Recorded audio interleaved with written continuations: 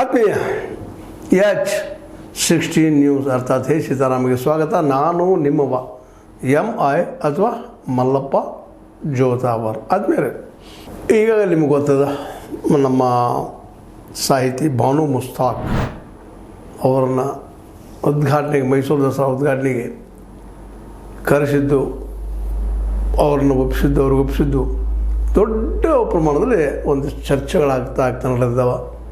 ಜೊತೆಗೆ BJP ಅಂತೂ ಪೂರ್ಣ ಪ್ರಮಾಣದಲ್ಲಿ ಅದನ್ನು ವಿರೋಧಿಸ್ತಾ ಇದೆ. ಜೊತೆಗೆ ಸಂಘ ಪರಿವಾರ ಎಲ್ಲರೂ ಇವತ್ತು ವಿರೋಧ ಮಾಡ್ತಾ ಇದ್ದಾರೆ. ಅದಕ್ಕಾಗಿ ನಾವು ಚಾಮುಂಡಿ ಬೆಟ್ಟ ಚಲೋ ಅಂದರೆ ಬಂದ್ ಮಾಡಬಾರ್ದು, ಅದನ್ನು ಬಂದ್ ಮಾಡಿಸ್ಬೇಕು ಅಂತೇಳಿ ಪ್ರತಿಭಟನೆ ಮಾಡ್ತಾ ಇದ್ದಾರೆ. ಅದ್ರ ಜೊತೆಗೆ ಇನ್ನೊಂದು ಕಡೆ ಮಂಡ್ಯದಲ್ಲಿ ನೀವು ನೋಡಿದರೆ ಈಗಾಗಲೇ ಮದ್ದೂರು ಯಾವ ರೀತಿಯಾಗಿ ನಡೆದಲ್ಲೇ ಪಾಕಿಸ್ತಾನ ಜಿಂದಾಬಾದ್ ಯಾರು ಏನು ಇದರಿಂದನೂ ಸಹಿತ ರೈಟ್ ವಿಂಗ್ ಅಂತಂದ್ರೆ ನಮ್ಮ ಸಂಘ ಪರಿವಾರ ಜನ ಇದ್ದಾರೆ ಅಂತೇಳಿ ಸರ್ಕಾರ ಹೇಳಿಕತ್ತಿದ್ದಾರೆ. ಆದರೆ ಇದನ್ನು ಸಂಘ ಪರಿವಾರದವರಾಗಿರ್ಬೋದು, BJPಗರಾದರೂ ಒಪ್ಪಿಕೊಳ್ತಾ ಇಲ್ಲ. ನಾವಿಲ್ಲಪ್ಪ ಅದೇನೋ ಆಗ್ಯದ ಮಾಡಿದಾರೆ, ಇಂಡಿಯಾದಲ್ಲಿ ಪಾಕಿಸ್ತಾನ ಜೈ ಯಾಕೆ ಅಂದರು ಅಂತೇಳಿ. ಇವೆಲ್ಲ BJPಯ ಅಥವಾ ಸಂಘ ಪರಿವಾರದ ಅಥವಾ RSSದ ಹಳೆಯ ಸೂತ್ರಗಳೆಲ್ಲ ಇವು. ದುಮ್ಡಿ ಹಿಡಿಸೋದು, ಮಾಡೋದು, ಮತ್ತೇನೋ ಮಾಡಿ ಅದರಲ್ಲಿ ಎಲ್ಲರೂ ಇರ್ಬೋದು. ಕಾಂಗ್ರೆಸ್ ಅವ್ರು ಇಲ್ಲ ಅಂತ ಹೇಳಕ್ಕೆ ಆಗೋದಿಲ್ಲ. ಕಾಂಗ್ರೆಸ್ ಅವ್ರು BJP ಹೆಸರಿನ ಮೇಲೆ ಗದ್ದಲ ಮಾಡಿಸೋಲ್ಲ ಅಂತ ಹೇಳಕ್ಕೆ ಆಗೋದಿಲ್ಲ. ಅದೇ ಕಾರಣಕ್ಕೆ BJPಗರು ಮತ್ತೊಬ್ಬರ ಹೆಸರಲ್ಲಿ ಕೆಲಸ ಮಾಡಿಸೋಲ್ಲ ಅಂತ ಹೇಳಕ್ಕೆ ಆಗೋದಿಲ್ಲ. ಇವೆಲ್ಲ ಬೇಕಾ ಅಂತ ಸಾಹಿತಿ ಬಾನು ಮುಸ್ತಾಕ್ ಅವರ ದೊಡ್ಡ ಸಾಧನೆ ಆಗ್ಯದ. ಹಾಗಂತೇಳಿ ಅವ್ರನ್ನ ಅದಕ್ಕೆ ಕರಿಬೇಕು ಅಂತೂ ಏನಿಲ್ಲ. ಕರೆದಿದ್ದಾರೆ. ಈಗ ಒಳ್ಳೆ ಹೆಣ್ಮಗಳಿದ್ದಾಳೆ, ಒಂದು ಹೋರಾಟಗಾರ್ತಿದ್ದಾಳೆ, ಸಂಪ್ರದಾಯಗಳ ವಿರುದ್ಧ ಹೋರಾಟ ಮಾಡಿದ ಹೆಣ್ಮಗಳಿದ್ದಾಳೆ, ಒಂದು ಒಳ್ಳೆಯ ವಿಚಾರಧಾರ ಹೆಣ್ಮಗಳಿದ್ದಾಳೆ. ಇರ್ಬೋದು ಕುಂಕುಮ ಬಗ್ಗೆ ಮತ್ತದ್ರ ಬಗ್ಗೆ ಏನೋ ಒಂದಿಷ್ಟು ಮಾತುಗಳು ಆಗಿರ್ಬೋದು. ಅದರರ್ಥ ಇದು ಕೇವಲ ಈ ದಸರಾ ಉತ್ಸವ ಕೇವಲ ಹಿಂದೂಗಳದಂತೂ ಅಲ್ಲ, ಇಡೀ ನಾಡಿನ ಹಬ್ಬ ಇದು. ನಾಡಿನ ಎಲ್ಲರೂ ಇದ್ದಾರೆ, ಮೇಲ್ಜಾತಿಗಳಿದ್ದಾರೆ, ಕೆಳಜಾತಿಯವರಿದ್ದಾರೆ, ಹಿಂದೂಗಳಿದ್ದಾರೆ, ಮುಸ್ಲಿಮ್ಗಳಿದ್ದಾರೆ, ಕ್ರಿಶ್ಚಿಯನ್ಸ್ ಇದ್ದಾರೆ, ಸಿಖ್ಖರಿದ್ದಾರೆ, ಪಾರ್ಸಿಗಳಿದ್ದಾರೆ. ನಮ್ಮ ರಾಜ್ಯದಲ್ಲೇ ಅವರು ಎಲ್ಲರದ್ದು ಇದು ಕೇವಲ ಹಿಂದೂಗಳದಪ್ಪ ಇದು ಅಂತ. ಚಾಮುಂಡೇಶ್ವರಿ ಹಿಂದೂ ದೇವತೆ, ಅದರಲ್ಲಿ ಎರಡು ಮಾತು ಇಲ್ಲ. ಆದರೆ ಚಾಮುಂಡಿ ಅವ್ರಿಗೆ ಯಾರು ನಡ್ಕೋತಾರೆ, ಆ ದೇವತೆಗೆ ಯಾರು ನಡ್ಕೋತಾರೆ, ಎಲ್ಲರೂ ಆಶೀರ್ವಾದ ಮಾಡುವಂಥ ಶಕ್ತಿ ಅವ್ರಿಗೆ ಅದ. ಯಾರನ್ನೂ ದ್ವೇಷ ಮಾಡೋದು ಯಾವ ದೇವರು ಹೇಳಿಲ್ಲ, ಹೇಳೋದು ಇಲ್ಲ. ಕೂಡಿ ಹೋಗಿರ್ಬ ಕೂಡಿ ಬದುಕ್ರಂತ ಹೇಳ್ತದೆ. ಇಂಥ ಪ್ರಸಂಗದಲ್ಲೇ ಒಂದು ದೊಡ್ಡ ಬುಕರ್ ಪ್ರಶಸ್ತಿ ಸಾಲದವರು ಪಡೆದಿದ್ದಾರೆ. ಪ್ರತಿಯೊಂದರಲ್ಲಿ ಹುಡುಗ ಹುಡುಕೋತ ಹೋದ್ರೆ ಹೆಂಗಪ್ಪ ಅಂತ. ಯಾಕಂತಂದ್ರೆ ಹುಡುಕದ ಬದುಕಲ್ಲ. ಮತ್ತು ಇನ್ನೊಂದು ಮದ್ದೂರಲ್ಲೇ ಏನಾಗಿದೆ ಎಕ್ಸಾಕ್ಟಾಗಿ ಅದು ತೆಗೆದ ಮಾತಾಡೋದು ಭಾಳ ಯೋಗ್ಯ. ಸರ್ಕಾರ ಹೇಳ್ತದೆ ಅಲ್ಲೇನಿಲ್ಲ, ಇವರೇ ಮಾಡಿಸಿದ್ದಾರೆ ಅಂತೇಳಿ. ನೀವು ಹೇಳ್ಬೋದಿಲ್ಲ ನಾವು ಹಂಗೆ ಮಾಡಿಲ್ಲ ಅಂತ ಹೇಳ್ಬೋದು. ಆದರೆ ವಾಸ್ತವ ಎಲ್ಲರಿಗೂ ಗೊತ್ತಿದ್ದೇ ಇರ್ತದೆ. ಈಗಾಗಲೇ ಅದರಲ್ಲಿ ಹೊರಗೆ ಬರ್ತಾಯಿದೆ. ಈ ಎರಡೂ ಗಂಟೆಗಳು ನೋಡಿದಾಗ BJPಗೆ ಏನು ಕನಸು ಕಾಣ್ತಾ ಇದ್ದಾರೆ, 2022ರಲ್ಲಿ ಗೆಲ್ಲಬೇಕು ಅನ್ನುವಂಥದ್ದಕ್ಕೆ ಇವೆರಡೂ ಆಧಾರ ಆಗ್ತಾವಂದು ಗ್ಯಾರಂಟಿ ಇಲ್ಲ. ಯಾಕಂದರೆ ಈಗ ಮಾಡೋದು ಎಲ್ಲ ರಾಜಕೀಯ ಏನಪ್ಪ ಅಂದ್ರೆ ಅಧಿಕಾರಕ್ಕಾಗಿನ. ಕಾಂಗ್ರೆಸ್ಸಿಗರು ನಾವು ಮುಸಲ್ಮಾನ ಪರ ಇದ್ದೀವಿ ತೋರಿಸೋ ಸಲುವಾಗಿ, ನೀವಿದ್ದರೂ ಇಲ್ಲಪ್ಪ ನಾವು ಹಿಂದೂಗಳ ಪರ ಇದ್ದೀವಿ ತೋರಿಸೋಲ್ಲ ಮಾಡ್ತಾಯಿದ್ವಿ. ನಾಳೆ ಅಧಿಕಾರಿ ಸಲುವಾಗಿ ಮೆಜಾರಿಟಿ ನಮ್ಮದು ಹಿಂದೂಗಳೆಲ್ಲ ಒಂದಾದ್ರೆ ನಾವೆಲ್ಲ ಬೇಕಾದ ಗೆಲ್ಲಬಹುದು, ನಿಮ್ಮ ತಲೆಯಲ್ಲಿರ್ಬೋದು. ಅದು ಇತ್ತೀಚೆಗೆ ಜನಸಾಮಾನ್ಯರಿಗೆ ಇವೆಲ್ಲ ಇಲ್ಲ ತಿಳಾಗ ಯಾವ ಹಿಂದೂ ಇಲ್ಲ, ಮುಸಲ್ಮಾನರು ಯಾರಿಲ್ಲ, ಎರಡು ಹೊತ್ತಿನ ಅನ್ನಕ್ಕಾಗಿ ಒದ್ದಾಡೋ ಪರಿಸ್ಥಿತಿ ಅದು ಎಲ್ಲರಲ್ಲೇ. ಸ್ವತಂತ್ರವಾದ ಮೀಡಿಯಾಗೆ ಬೇಕಾಗಿರುವುದು ಸ್ವತಂತ್ರ ಧ್ವನಿ. ಆ ಸ್ವತಂತ್ರ ಧ್ವನಿ ಉಳಿಸಲು ನೀವು ಮಾಡಬೇಕಾದದ್ದು ಇಷ್ಟೇ. ಅದೇನಪ್ಪಾ ಅಂತಂತಂದ್ರೆ ನಿಮ್ಮ ಕೈಲಾದಷ್ಟು ಸಹಾಯ ಈ ಚಾನಲ್ಗೆ ಮಾಡಿ ಹಾಗೂ ನಿಮ್ಮ ಧ್ವನಿಯನ್ನು ಕಾಪಾಡಿಕೊಳ್ಳಿ. ಹೀಗಾಗಿ ಅವರೆಲ್ಲ ಇದನ್ನ ಕಡೆ ಲಕ್ಷ್ಯ ಕೊಡೋದಿಲ್ಲ.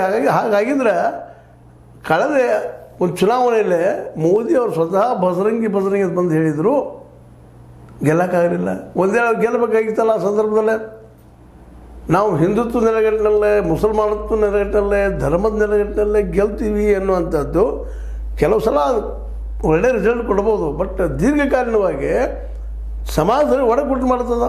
ಬಟ್ಟೆಗೆ ಕಟ್ಟೆಗೆ ಅಂತ ಒಂದು ಕಡೆ ಹೇಳ್ತೀರಿ, ಇನ್ನೊಂದು ಕಡೆ ಹೊಡೆಯುವಂಥ ಕೆಲಸ ಮಾಡೇ ಮಾಡ್ತೀರಿ. ಯಾಕಂದ್ರೆ ಕೂಡಿ ಹೋಗ್ಬೇಕಾಗಿದೆ. ನೀವು ನಿಮ್ಮ ಸಾಧನೆಗಳನ್ನ ಹೇಳ್ರಿ ಜನಕ್ಕೆ. ಈಗ ಕಾಂಗ್ರೆಸ್ ನಮ್ಗೆ ಗ್ಯಾರಂಟಿ ಐತಪ್ಪ ಅಂತ ಹೇಳ್ಕೊಳ್ತಾರೆ. ನಿಮ್ದೇನು ಗ್ಯಾರಂಟಿ? ಹೌದು ನಾವು 5 ಅಕ್ಕಿ ಕೊಡ್ತೀವ್ರಿ ಅಂತ ಹೇಳ್ಬೋದಿಲ್ಲ ಅಂತಲ್ಲ. ರೈತರಿಗೆ 4 ತಿಂಗಳು 1-2 ಸಾವಿರ ರೂಪಾಯಿ ಕೊಡ್ತೀವ್ರಿ ಅಂತ ನೀವು ಹೇಳ್ಬೋದು, ಅದು ತಪ್ಪು ಅಂತಲ್ಲ. ನಾ ಹೇಗೆ ಈ ಮಾತನ್ನು ಹೇಳ್ತಾ ಇದ್ದೀನಪ್ಪ ಅಂತಂದ್ರೆ, ನೀವು ನಿಮ್ಮ ಹೇಗೋ ಇವತ್ತು ಗೆಲ್ತಾ ಇದ್ದೀರಿ, ಆ ಪ್ರಶ್ನೆ ಬೇರೆ. ಎಲ್ಲ ಕಡೆ ಪ್ರಯೋಗ ಆಗಕ್ಕೆ ಸಾಧ್ಯ ಇಲ್ಲ. ಮತಗಳ ತಂದು ಏನೋ ಇವತ್ತು ನೀವು ಗೆದ್ದಿರ್ಬೋದು, ಕೆಲವು ಕಡೆ ಕಾಂಗ್ರೆಸ್ಸಿಗೆ ಗೆದ್ದಿರ್ಬೋದು, कारण ಅದು ಒಂದರಿಂದ ಗೆಲ್ಲಕ್ಕೆ ಸಾಧ್ಯ ಇಲ್ಲ. ಇವ್ರು ನಮ್ಮ ಮತದಾರರಂತ ನೀವು ನಾವು ನೀವು ತಿಳ್ಕೊಂಡಿರ್ತೀವಿ. ಕೆಲವು ಟೈಮ್ ಆದ್ಮೇಲೆ ಮತದಾರ ದೂರ ಸರಿರ್ತವೆ ನಮ್ಗೆ ಗೊತ್ತಿದ್ದ. ಯಾಕಂದ್ರೆ ಅವ್ರ ಬೇಡಿಕೆಗಳು ಈಡೇರಲಿಲ್ಲ ಅಂದ್ರೆ, ಅವ್ರು ಬಯಸಂತ ಒಂದು ರಾಜ್ಯ ನಿರ್ಮಾಣ ಆಗಲಿಲ್ಲ ಅಂದ್ರೆ ಅದರಿಂದ ದೂರ ಆಗ್ತಾರೆ, ವೈರಿಗಳಾಗ್ತಾರೆ. ಬೇಡಪ್ಪ ಹಂಗೆ ಹೇಳ್ಕೊತ ಹೋಗ್ತಾರೆ, ಅವ್ರು ಮ್ಯಾನಿಫೆಸ್ಟೋ ಬರ್ಕೋತಾರೆ, ಏನೂ ಮಾಡೋದಿಲ್ಲ ಅಂತೇಳಿ. ಅದಕ್ಕೆ ಈಗೇನೋ ನೀವು ಮತಗಳತನ ಮಾಡ್ತಿರೋ, ಮತ್ತೇನೋ ಮಾಡ್ತಿರೋ, SIR ಹಾಕ್ತಿರೋ, ಏನೇನೋ ಮಾಡ್ತಿರೋ ಮಾಡಿ ನೀವು ನಿಮ್ಮ ಮತದಾನ ಹೆಚ್ಚು ಮಾಡ್ಕೊಂಡ್ರು ಸಹಿತ ನಿಮ್ಮಿಂದ ಎಲ್ಲರಿಗೂ 2 ಹೊತ್ತಿನ ಊಟಕ್ಕಾಗಿ ಉದ್ಯೋಗ ಸೃಷ್ಟಿ ಆಗಲಿಲ್ಲಪ್ಪ ಅಂತಂದ್ರೆ ನಿಮ್ಮ ಸಮೀಪ ಜನ ಬರೋದೇ ಇಲ್ಲ. ಯಾಕಂದ್ರೆ ಗ್ಯಾರಂಟಿ ಅಂತ ಈಗ ಕಾಂಗ್ರೆಸ್ಗೆ ಕೂಡ ಆಗ್ತಾರೆ, ನಮ್ಮದಪ್ಪ ಸಿಕ್ಕ ಅಂತಾರೆ ಅವರು. ಗ್ಯಾರಂಟಿಗಳು ನೀವೊಂದಂದ್ರೆ ನಾವು ಇನ್ನೂ 2 ಕೊಡ್ತೀವಿ ಅಂತ ಹೇಳ್ತಾರೆ. ಮುಂದೆ ಹೆಂಗೆ ಮಾಡೋರಪ್ಪ ನೀವು BJPಗರು? ಚಾಮುಂಡಿ ಬೆಟ್ಟ ಹತ್ತಕ್ಕೆ ಚಲೋ ಅಂತ ಸ್ಟ್ರೈಕ್ ಮಾಡೋದು, ಮತ್ತೇನೋ ಮಾಡೋದು, ಹಿಂದೂ ಮುಸ್ಲಿಮ್ ಸ್ಟ್ರೈಕ್ ಮಾಡಿಸಿ ಬಡ್ದಾರಾಗ ಹೆಚ್ಚು ಕಲ್ಕಲ್ ಓದಾಡೋದು ನೋಡೋದು. ಆದರೆ ಯಾರು ಸಂದರ್ಭ ಯಾರು ಜವಾಬ್ದಾರಿ? ಮನೆಗೆ ಒಬ್ಬ ಮಗ ಇದ್ದಪ್ಪ ಅಂತದ, ಅಂಥ ಮಗನ ಹತ್ಯೆ ಆಗ್ತಂದ್ರೆ, ಆ ಹುಡುಗ ಕುಲ್ಲ ಆಗ್ತಂದ್ರೆ ಜವಾಬ್ದಾರಿ ಯಾರ? ಇವೆಲ್ಲರೂ ಜನ ಮಾಡೋಕ್ಕಿರ್ತಿದ್ದಾರೆ. ಆ ದಿಶೆಯಲ್ಲೇ ಸರ್ಕಾರ ಜೊತೆಗೆ ನಮ್ಮ ವಿರೋಧ ಪಕ್ಷನೂ ವಿಚಾರ ಮಾಡಬೇಕಾಗಿದೆ. ಈಗ ಹಿಂದಿನ 2024 ಚುನಾವಣೆಯಲ್ಲಿ ಗೆಲ್ಲಬೇಕಾದಂಥ ಚುನಾವಣೆ ಸೋತ್ರೆ ಯಾಕಪ್ಪ BJPಗರು? ಸ್ವತಃ ಮೋದಿಯವರು ಅವತ್ತು ಏನಪ್ಪ ಅಂದ್ರೆ ನಡೆಯುವ ಚುನಾವಣೆ ನಾಣ್ಯ ಇದ್ದಂಥವ್ರು, ಅವ್ರಿಗೂ ಆಗಲಿಲ್ಲ ಗೆಲ್ಲಕ್ಕೆ. ಕಾರಣ ಅಂದ್ರೆ ಹಸಿವು ಮತ್ತು ಕರ್ನಾಟಕ ಜನ ಬುದ್ಧಿವಂತರಿದ್ದಾರೆ. ನೀವು ಹೇಳಿದ್ದೆಲ್ಲ ನಂಬ್ತಾರೆ ಅಂತ ತಿಳ್ಕೊಳಕ್ಕೆ ಹೋಗ್ಬೇಡ್ರಿ. ಯಾಕಂತಂದ್ರೆ ಜನಕ್ಕೆ ಬೇಡಾಗಿದೆ ಜಗಳ, ಬೆಂದುಕೊಳ್ಳಿ ಬಡದಾಡೋದು, ನಾವು ಇದು ನಿಮಗೆ ನೀವು ನಮಗೂ ಇದು ಯಾರಿಗೆ ಬೇಕಾಗಿದ್ರಿ? ಹೊಟ್ಟೆ ತುಂಬೋದು ನಮಗೆ. ಮುಂಜಾನೆ ಸಾಯಂಕಾಲ ದುಡ್ದು ಯಾರು 300 ರೂಪಾಯಿ ಪಗಾರ ಕೊಡೋದಿಲ್ಲ ಅನ್ನೋ ಸ್ಥಿತಿ ಅದ. ಎಲ್ಲ ದೇಶ ಸಂಪತ್ತನ್ನು ಕಾರ್ಪೊರೇಟ್ಗಾಗಿ ಹಾಕಿಬಿಟ್ಟಿದ್ರಿ. ಮತ್ತು ರಾಜಕಾರಣಿಗಳು ನಿಮ್ಗೆ ಇಲೆಕ್ಷನ್ ಗ್ಯಾಟ್ ಬೇಕಾದ್ರೆ 40% ಹೊಡ್ಕೊಂಡು ಕೂತಿದ್ರಿ ಅಂತ ಜನ ಮಾತಾಡಲಿಕ್ಕಿದ್ದಾರೆ. ಅದಕ್ಕೆ ಈ ಎಲ್ಲ ಒಂದು ವಿಚಾರಗಳನ್ನು ಬಿಟ್ಕೊಂಡು ಚಾಮುಂಡಿ ಬೆಟ್ಟ ಚಲೋ ಅದನ್ನು ಹತ್ತಿರ ಅಂತ ಹೇಳ್ರಿ. ಅದೇ ಕಾರಣಕ್ಕೆ ನಿರುದ್ಯೋಗದ ಹೋರಾಟ ಮಾಡುವಂಥದ್ದು ಮಾಡಿರಿ. ಅದಕ್ಕೆ ಏನು ಮಾಡ್ಬೇಕಾಯ್ತು ಸಲಹೆ ಸೂಚನೆ ಕೊಡ್ರಿ. ಸರ್ಕಾರ ಸೋಚಿದ್ರೆ ಅದಕ್ಕೆ ಟೀಕೆ ಮಾಡಿರಿ. ಈ ದಿಶೆಯಲ್ಲಿ ಏನಾದರೂ ಹೋದ್ರೆ ನಿರುದ್ಯೋಗ ಮತ್ತು ಹಸಿವಿನ ಕುರಿತಾಗಿ ನೀವೇನಾದರೂ ಹೋರಾಟ ಮಾಡಿದ್ರಪ್ಪ ಅಂದ್ರೆ ಒಂದು ಏನು ಜನ ನಂಬ್ಬೋದು ನಾವು.